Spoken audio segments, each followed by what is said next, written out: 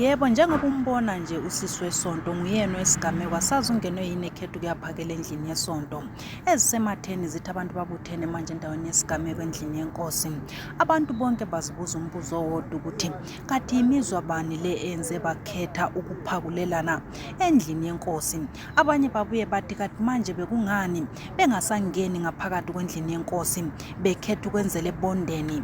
Awu kubuhlungu lokho kwabesifazana phela kabathandi ukubona omunye wesifazane egcwele enkundleni zokuxhumana ngokungcola.